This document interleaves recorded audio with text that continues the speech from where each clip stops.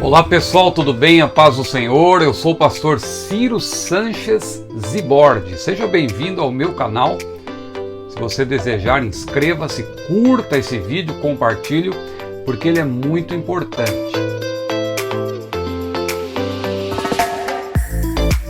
Próximo domingo, os jovens da nossa igreja estudarão com as lições bíblicas Jovens da CPAD, um assunto fundamental para se entender o plano escatológico do ponto de vista pré-tribulacionista, que é o que nós da Assembleia de Deus esposamos, em sintonia com a Bíblia, sobretudo, mas também de acordo com a nossa declaração de fé, que está aqui ao fundo.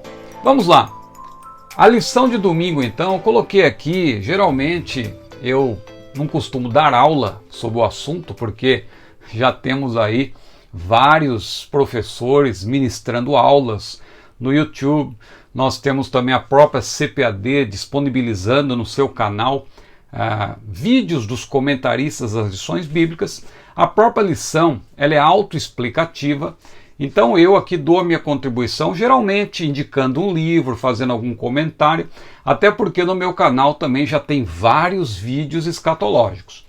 Mas eu achei importante fazer esse vídeo, ainda que um vídeo sucinto e objetivo, mas apresentar todos os tópicos e pontos desta lição, fazendo um pequeno comentário, porque, como eu já disse, eu considero essa lição fundamental para o entendimento da escatologia do ponto de vista pré-tribulacionista, que, claro, é também do ponto de vista da escatologia esposada pela Assembleia de Deus desde 1916, quando foi publicada a nossa Declaração de Verdades Fundamentais. A Assembleia de Deus, portanto, diferentemente do que andam dizendo por aí, sempre foi pré-tribulacionista, ok? Vamos lá. O retorno triunfal de Cristo é o título da lição. Olha os tópicos que importantes. Primeiro, o que é o retorno triunfal de Cristo. Segundo, propósitos para o retorno triunfal. E terceiro, uma plena intervenção divina.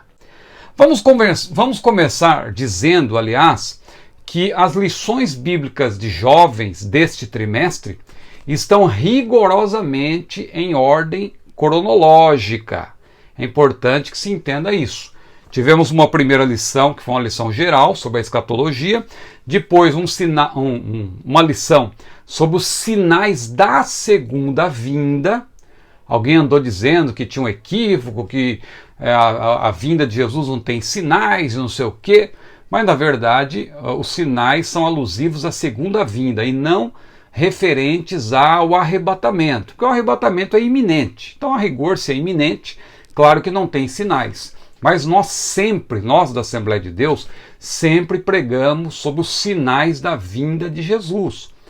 Alguém diz que é sinal do arrebatamento. O próprio mestre Antônio Gilberto, no livro dele, diz que é sinal do arrebatamento. Está errado? Não, não está errado. Por quê? Porque o arrebatamento é um evento desencadeador.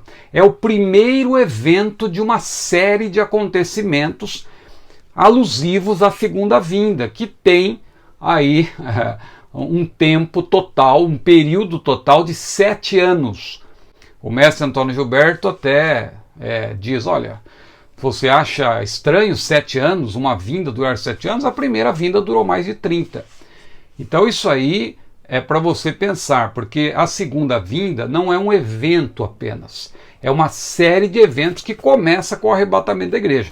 Por isso que tivemos a lição sobre os sinais da segunda vinda, ou seja, os sinais escatológicos, que não estão atrelados diretamente ao arrebatamento, mas como o arrebatamento é o evento desencadeador, de certo modo, esses sinais também dizem respeito ao arrebatamento. Por isso que a gente canta, tudo nos mostra que Cristo já volta, breve virá, e os sinais e etc.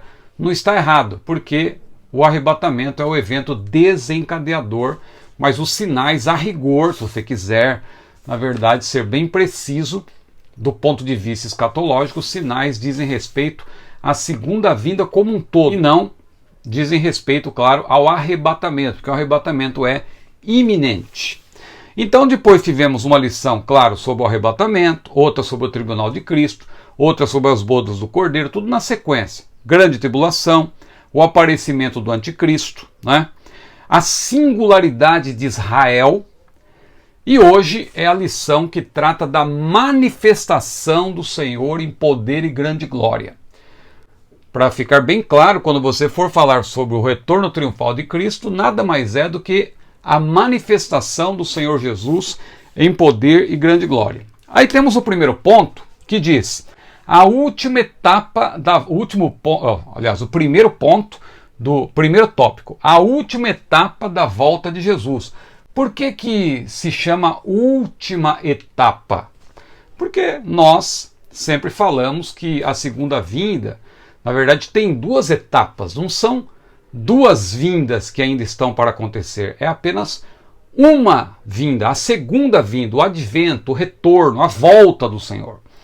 Só que esse retorno do Senhor contempla não apenas dois eventos, não apenas duas, a gente fala de duas fases, mas entre essa primeira e a segunda fase tem outros eventos que também fazem parte da segunda vinda.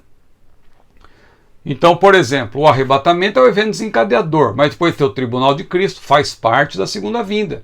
Tem as bodas do Cordeiro, faz parte da segunda vinda, a igreja no céu. Tudo isso é segunda vinda, que começa com o Senhor vindo até as nuvens, nós iremos ao encontro do Senhor nos ares, vamos estar no céu, na presença de Deus, participando das bodas do Cordeiro. Lá o tempo não é cronológico, alguém diz, não, as bodas durarão 7 anos. Não, 7 anos é o tempo do período tribulacional, que acontece paralelamente à estada da igreja no céu, não é? Que contempla as bodas do Cordeiro. Mas não quer dizer que essa estada, esse período em que a igreja vai estar no céu, vai durar 7 anos, porque lá é outra maneira de contar o tempo. O tempo de Deus, claro, não é cronológico. O tempo cronológico diz respeito aos homens. Claro que Deus entra no nosso tempo, mas o tempo de Deus não é cronológico. Por isso que nós falamos do Cronos e do Kairos. E Jesus, lá em Atos, no capítulo 1, antes de ser assunto aos céus, ele diz para os seus discípulos, não vos pertence saber nem o Cronos e nem o Kairos, né? Nem os tempos nem as estações. Ali no grego é Cronos e Kairos. Então, mesmo o nosso tempo cronológico, a gente vive no tempo cronológico, mas a gente também não tem domínio sobre ele. Isso também pertence a Deus.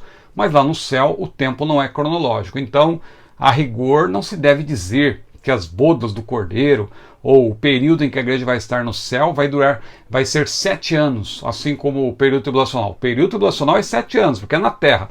No céu não, porque nós não vamos chegar no céu e ficar olhando para o relógio e dizendo, estou aqui há meia hora e hoje é o primeiro dia, tem mais um dia amanhã e há 7 anos até voltarmos com Cristo no seu retorno triunfal. Não, nada disso.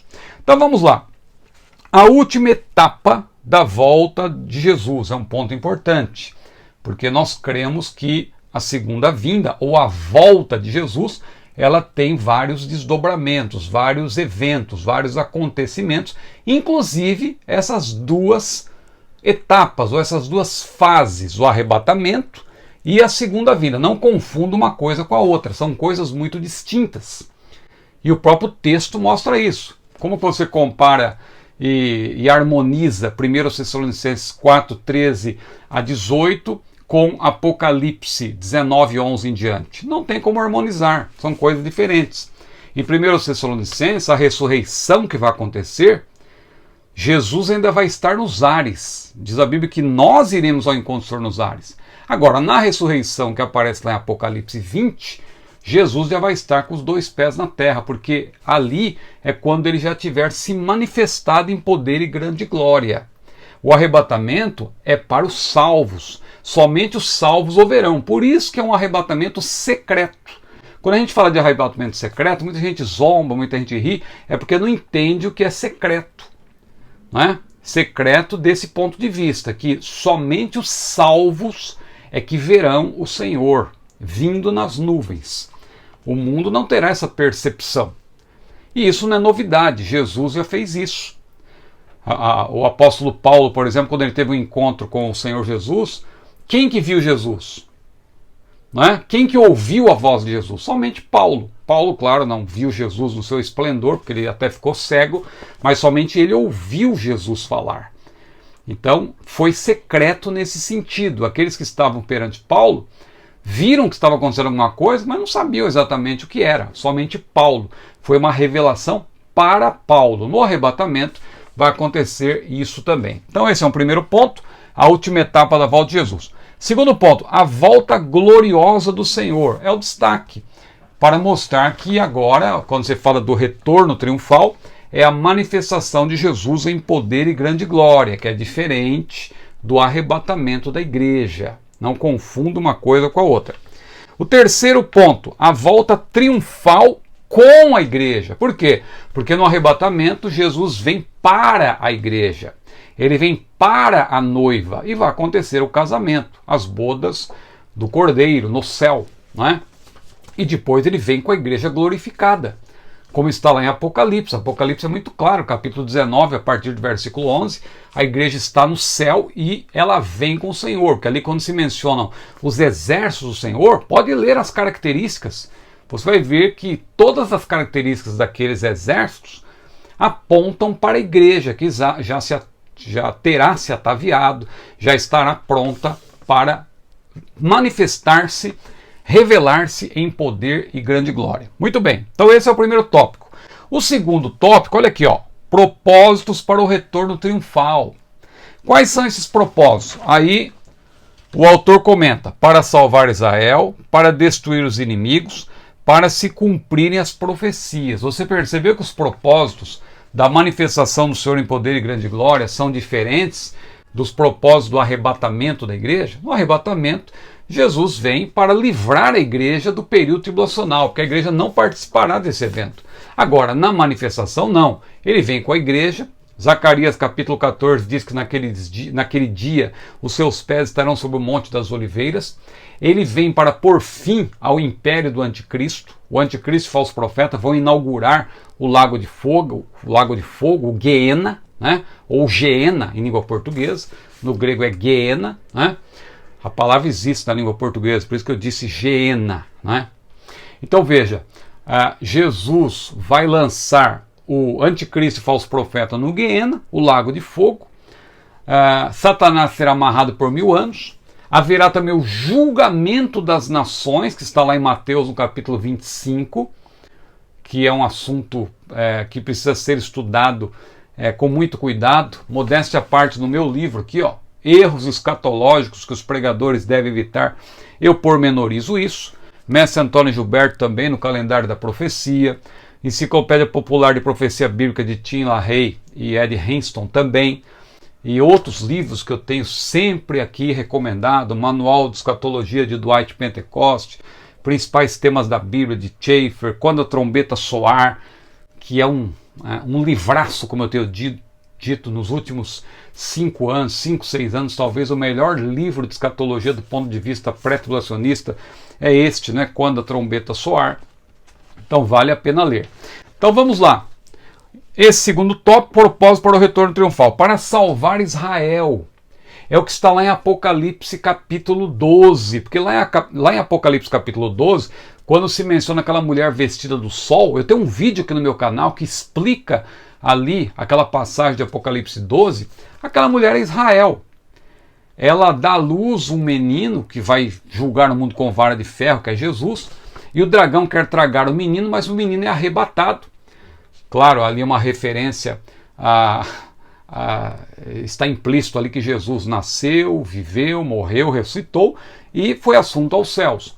E a mulher, então, já é vista no deserto, onde ela será sustentada por um tempo, 2 tempos e metade de um tempo, ou 1260 dias, ou ainda 42 meses. É uma referência à segunda metade do período tribulacional. Por que acontece esse salto? O menino é tirado, né, e acontece esse salto? Porque ali nós temos claramente o período parentético, que não se menciona justamente porque é o período da igreja, é o período dos gentios.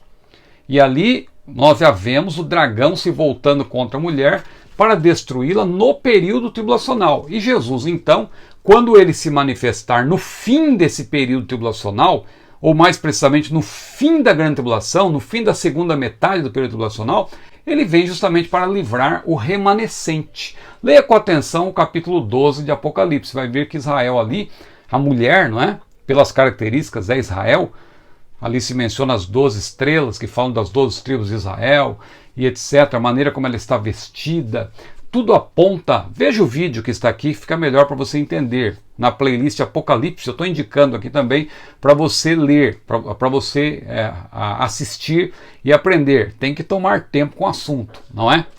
Então aquela mulher é Israel, ela é sustentada, ela é guardada por Deus, é o remanescente israelita, que depois vai reinar com Cristo no período milenial, juntamente com os gentios também poupados após o julgamento das nações.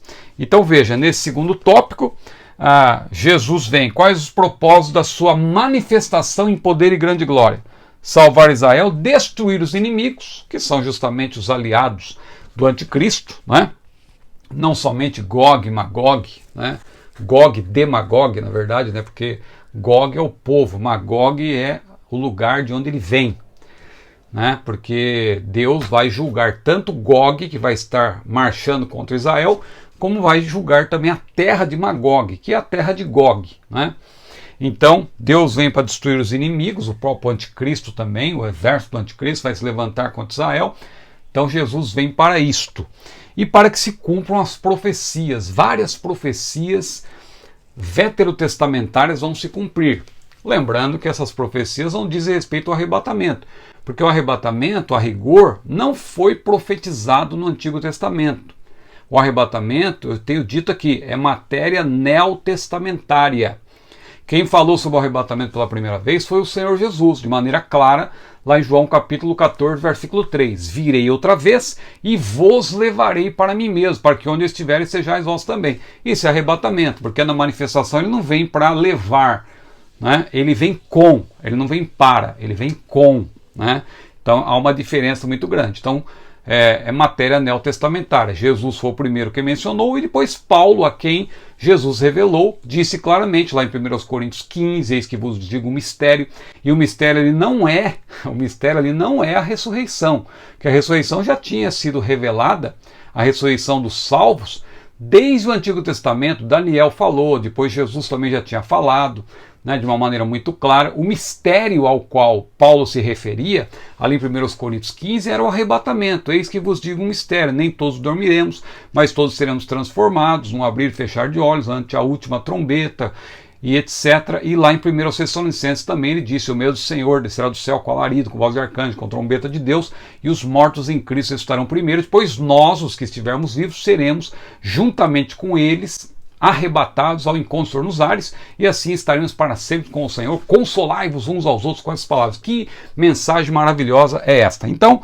aí está claro, as profecias veterotestamentárias vão se cumprir, porque o arrebatamento já terá se cumprido antes, né? Porque a igreja ela será arrebatada antes do período tribulacional. E quando falamos aqui, claro, da manifestação do Senhor, é no fim do período tribulacional.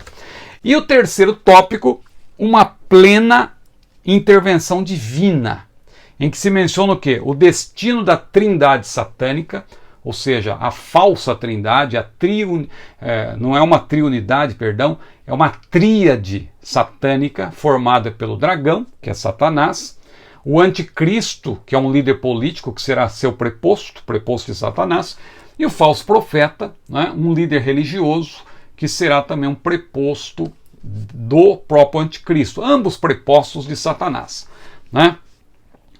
Lá em Apocalipse 13 se menciona naquela revelação parentética. Não pense que o anticristo, alguém pensa que o anticristo só vai se revelar na metade do período tribulacional, porque ele aparece de uma maneira mais clara em Apocalipse 13. Mas não, antes disso você ler, já se menciona ali a ação da besta, de maneira indireta. Porque ali em Apocalipse 13 é uma revelação parentética. É um parêntese dentro da ordem sequencial de selos, trombetas e taças. Ali você tem então um parêntese. Na playlist Apocalipse eu explico isso também. Tem que tomar tempo com o assunto, né? Esse vídeo é para lançar luz, mas leia os livros, assista aos vídeos da playlist para você entender bem, se você ainda tiver dificuldade. Modéstia à parte, aqui no meu canal, vídeo não falta para você poder estudar esse assunto, né?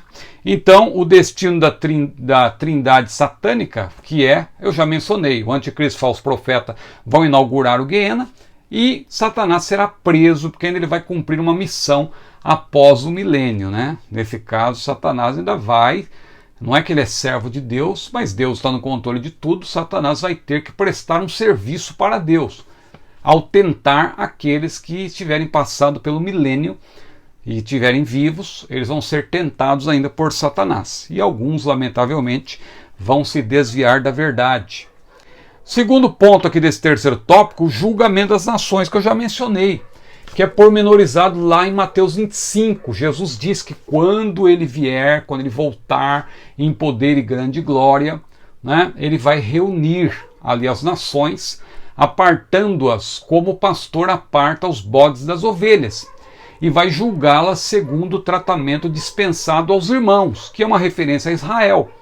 Aqueles que fizeram bem, tiverem feito bem a Israel, vão ouvir, vinde benditos meu Pai, ou seja, eles vão ingressar no milênio, né? E aqueles que tiverem feito mal a Israel, claro, eles vão ser ali mesmo condenados e lançados no lago de fogo. Vão ser aqueles que vão fazer companhia antecipadamente também, porque vai ser antes do juízo final, vão fazer companhia ao anticristo e o falso profeta. E o último ponto, a implantação do reino milenar, que eu não vou aqui dar detalhes, porque é o assunto da próxima lição. A lição de número 10 é justamente sobre o milênio, e eu tenho bastante coisa a falar sobre isso, até porque a gente pode falar do ponto de vista do pré-milenarismo, que abarca o pré-milenarismo histórico e o dispensacionalista, que é o que nós esposamos. Podemos falar um pouco também do amilenarismo e do pós-milenarismo. Podemos falar um pouco, porque eu já tenho falado, modéstia à parte, bastante. Se você quiser já saber, já estudar sobre isso, leia os livros que eu tenho indicado, mas também tem a playlist aqui, a playlist Milênio, em que você vai entender, assistindo aos vídeos, o que é o pré-milenarismo, o pós-milenarismo, o amilenarismo, né? Você vai entender bem essas posições e o que a Bíblia diz de fato sobre o milênio. Então aí está o retorno triunfal de Cristo. Não confunda, portanto, o retorno triunfal de Cristo com com o rapto dos santos, com o arrebatamento.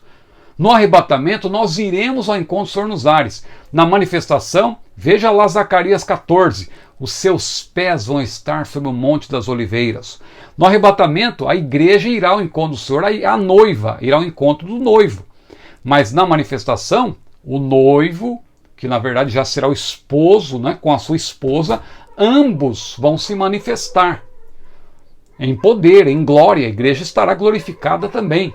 E a igreja vem com o Senhor quando ele vai pôr fim ao período tribulacional. E aí vai haver uma ressurreição, que também é a primeira ressurreição, que eu já disse aqui claramente, tenho vídeos aqui também, que mostram, que demonstram que primeira vinda e segunda vinda são termos técnicos, não designam um evento único. Primeira vinda é um termo técnico que alude a todas as ressurreições daqueles que são salvos, é a ressurreição da vida, que tem uma ordem, Cristo as primícias, depois o som de Cristo a sua vinda, ou seja, no arrebatamento, mas vai ter também a ressurreição no fim do período tribulacional, que é a ressurreição dos mártires, não tem nada a ver com a ressurreição do Antigo Testamento, dos santos do Antigo Testamento, com todo respeito a John Alvor, Paul Ben-Hur, Dwight Pentecost e todos esses eruditos aí, a quem respeito muito, mas nesse ponto eu fico com Antônio Gilberto, com Stanley Horton, com Eurico Bergsten, né? A nossa posição é diferente, porque nós cremos que os santos do Antigo Testamento são salvos em Cristo. Hebreus deixa claro isso, né? Moisés recusou ser chamado filho da filha de Faraó, preferindo antes ser maltratado com o povo de Deus que por um pouco tempo ter o gozo do pecado, porque ele tinha em vista, ele tinha em mente o quê? O vitupério de Cristo. Né? Moisés, Abraão também viu o dia de Cristo. Né? Moisés recusou ser chamado filho da filha de Faraó, e Abraão também viu o dia de Cristo. Por quê? Porque eles foram salvos pela graça antecipadamente, e por isso eles vão ressuscitar sim, por ocasião do arrebatamento da igreja. Eles são mortos em Cristo. Agora, lá no fim do período tribulacional, também faz parte da primeira vinda, ali os mártires do período tribulacional, aqueles que terão sido degolados pelo anticristo, eles haverão de ressuscitar. Tá certo? Que Deus abençoe a sua vida, curta este vídeo, compartilhe, inscreva-se no meu canal e que Deus abençoe ricamente a sua vida. A paz do Senhor.